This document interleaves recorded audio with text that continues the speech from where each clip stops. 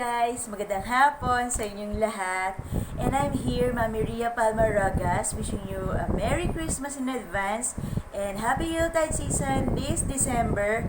And in times of crisis, ano ang dapat natin gawin to intensify our faith o palakasin pa natin ang ating pananampalataya during those times na meron tayong challenges sa pagsubok sa buhay.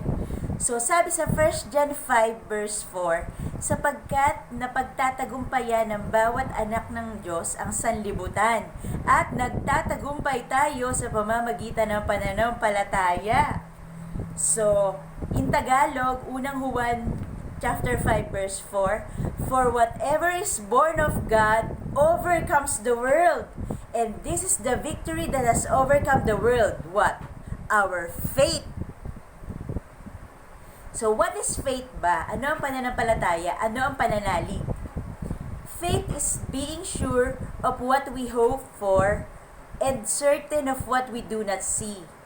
According to Hebrews 11 verse 1. Sabi sa Hebrews 11 verse 3, by faith, we understand that the universe was formed at God's command so that what is seen was not made out of what was visible. It is made of what is invisible. And Tagalogin natin ang meaning ng faith o pananalig sa Tagalog. Sa Hebreo, makikita natin sa 11 verse 1. Tayo'y may pananalig kung nagtitiwala tayong mangyayari ang mga inaasahan natin at naniniwala sa mga bagay na di natin nakikita. So, Hebreo 11.3, dahil sa pananalig sa Diyos, nauunawaan natin na ang sanlibutan ay nilalang sa pamamagitan ng salita niya at ang mga bagay na nakikita ay mula sa mga hindi nakikita. So, Hebreo 11 verse 2, sabi rito, at kinalugdan ng Diyos ang mga tao noong una dahil sa kanilang pananalig sa Kanya, sa Diyos. So, faith without work is dead. According to James o Santiago 2 verse 17 to 26, sabi rito, gayon din naman, patay ang pananampalatayang walang kalakip na gawa.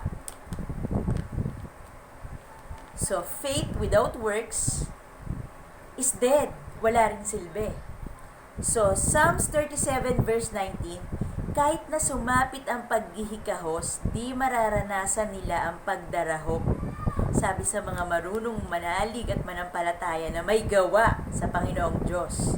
In English version, sabi dito, in times of disaster, they will not wither. In days of famine, they will enjoy plenty. Sabi ng Panginoong Jesus. Ni Yahweh ng Panginoong Diyos, ng ating Father God.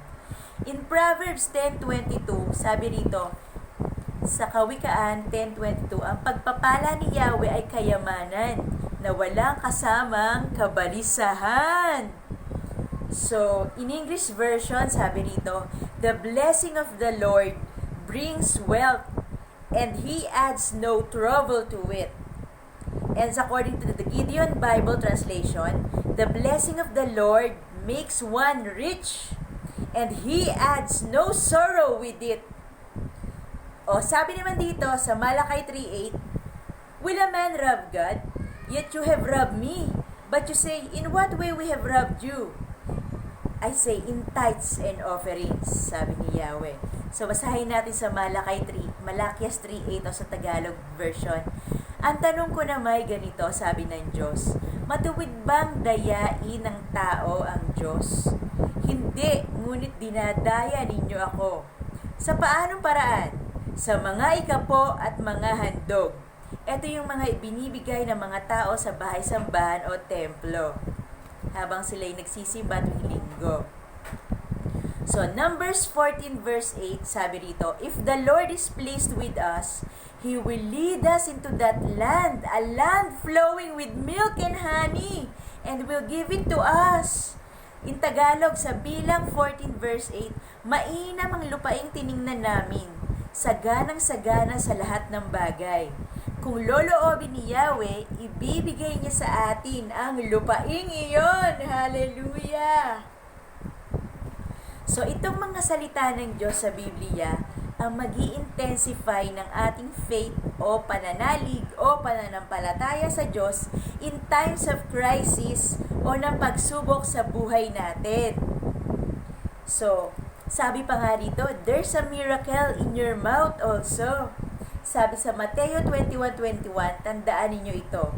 Kung mananalig kayo sa Diyos at hindi nag-aalinlangan, magagawa rin nyo ang ginawa ko sa puno ng higos na ito. Hindi lamang iyan, kung sasabihin ninyo sa bundok na ito, umalis ka riyan, tumalon ka sa dagat, mangyayari ang inyong sinasabi. What a faith kung yun ang gagawin natin, guys. Grabe ang pananampalataya na nakalulugod sa ating Panginoong Diyos. So, that's it, guys. Tapos na tayo dito.